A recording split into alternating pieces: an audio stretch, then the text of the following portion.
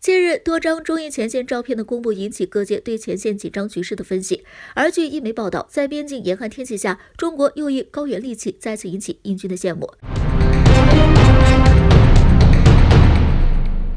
据印度经济时报、Times Now News 等多家媒体的报道，按照社交媒体公布的图片来看，中印对峙前线情况比大众想象的要复杂。除了班公湖对峙热点，昔日中印谈判重要地点之一楚楚勒附近也部署了军队，并进行了基础设施的建设。其中，据印度时报报道称，我军在重要军事战略重点和后勤保障搞起了基础设施的信息。恐怕我军让印军面对面地感受了一把中国的基建速度。而在这次前线基础设施的建设中，中国先进的倔 M8铆式履带式全地形车可谓是让印军羡慕不已。铆式全地形双节履带车俗称装甲毛毛虫，来自于它的前后车体通过铰接机构连接，并且双节车身下共有4条履带驱动该车前进。这项设计让这款履带车能够满足车辆的俯仰、蛇形扭动的独特需求。歼M8是军用型号，名物则是歼 Y813。如果关注中国航天方面的信息，应该得知2020年5月份，中国长征5号 B 运载火箭搭载着中国新一代载人飞船试验船返回舱降落在大戈壁滩上时，只有猛士一类的越野车可以正常行驶，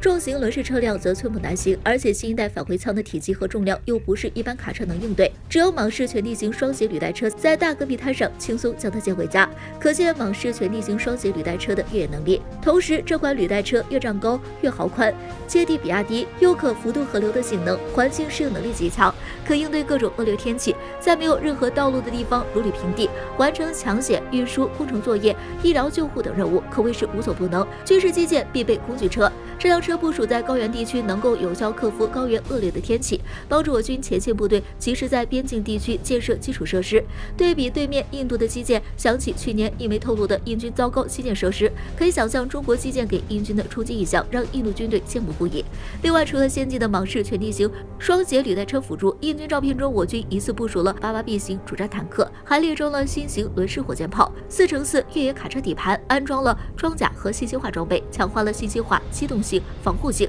保证发动机在高海拔、低温环境下的工作状况。这一系列先进使用武器设备早已部署前线，直到报道出来才知道。对比印度高官前往边境鼓舞印军不要怕死，积极表示已经组织开发多种物资，帮助印度士兵度过严寒的气温，孰高孰低已经高下立判。最后，无论印军情况如何，我军都不会松懈对前线的各项部署，只会继续加强基建和后勤保障建设。毕竟比起关键时候临阵磨枪，依靠自身抢先建设部署才能以防万一，依靠自己才是硬道理。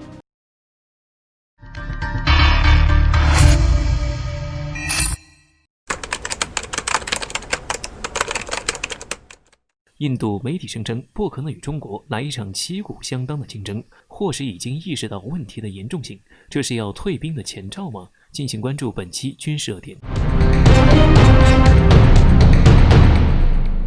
自去年6月份至今，中国军方与印度军方在敏感地区已经对峙了数月之久。虽然说目前对峙地区已经进入到漫长的冬季，但是当地的局势一直处在高温中。然而在长时间的对峙当中，印度方面突然意识到了自己的不足。根据印度经济时报报道，由于长时间的对峙，导致印度本来就不充裕的国防预算变得更加紧张。眼下，中国军方与印度军方对峙地区的自然环境变得越来越恶劣，并且有消息称，印度军方驻守地区的环境比中国军方驻守地区的环境还要恶劣。因此，印度军方不得不耗费大量的资金，用于购买印度士兵过冬需要的食物、防寒装备，来帮助印度士兵度过漫长而又寒冷的冬季。不仅如此，由于印度军队的实力不如中国军队，因此印度在除了要给士兵提供日常生活的必需品以外，还要购买大量的武器装备来提高自己的军事实力。日前，印度高层就已经批准了印度空军以65.7亿美元的价格购买光辉战斗机的项目。不得不说，这对于印度来说又是一笔巨大的开销。为此，该媒体指出，印度不可能与中国来一场旗鼓相当的竞争。虽然说印度媒体表达的是一个事实，但是他们为什么会意识到这一问题呢？据分析，虽然说现在中国军方和印度军方已经对峙了9个月，但是现状依然没有被改变，当地的情况还是与前面几个月相同。但是中国军方与印度军方的状态却截然不同。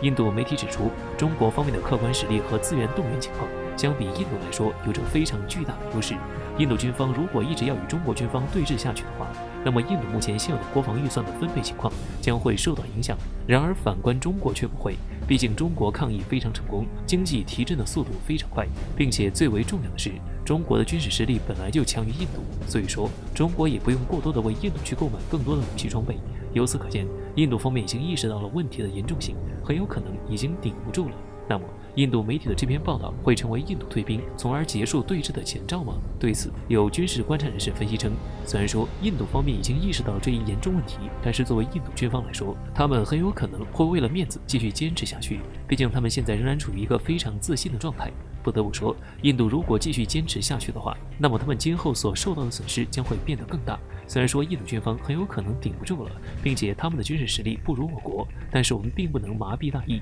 毕竟印度有时候会不按常理出牌，所以我们也要时刻做好准备，以此来应对随时可能发生的事件。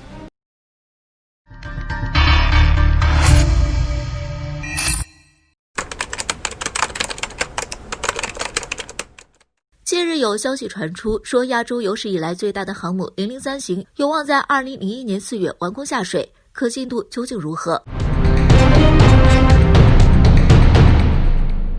综合曝光的各种卫星图像，003航母组装渐渐完工的消息更是愈演愈烈。从各种卫星图像上看，最耗费时间的水线建造工序已经完工。目前003航母正在搭建机库分段，于是就开始有消息传出，说003航母有望在今年4月完工并下水。那么这件事可信度究竟如何呢？003航母如今建造到哪里了？4月完工下水可能性有多大？003航母作为中国目前为止建造的最大一艘航母，也有人直接称003为亚洲有史以来建造的最大航母。从建造方式到各种功能设备，003可以说在各方面都在朝着最先进的航母方向而行。比如就建造方法来说，003航母使用的是最先进的巨型总断法，比使用简单的搭建法和一般的分段法建造速度更快，特别是在最细节的水流搭建和机库搭建完成后，其他比较不费时间的项目会让003航母的搭建速度还能更快一步。而目前综合各种最新的图像上看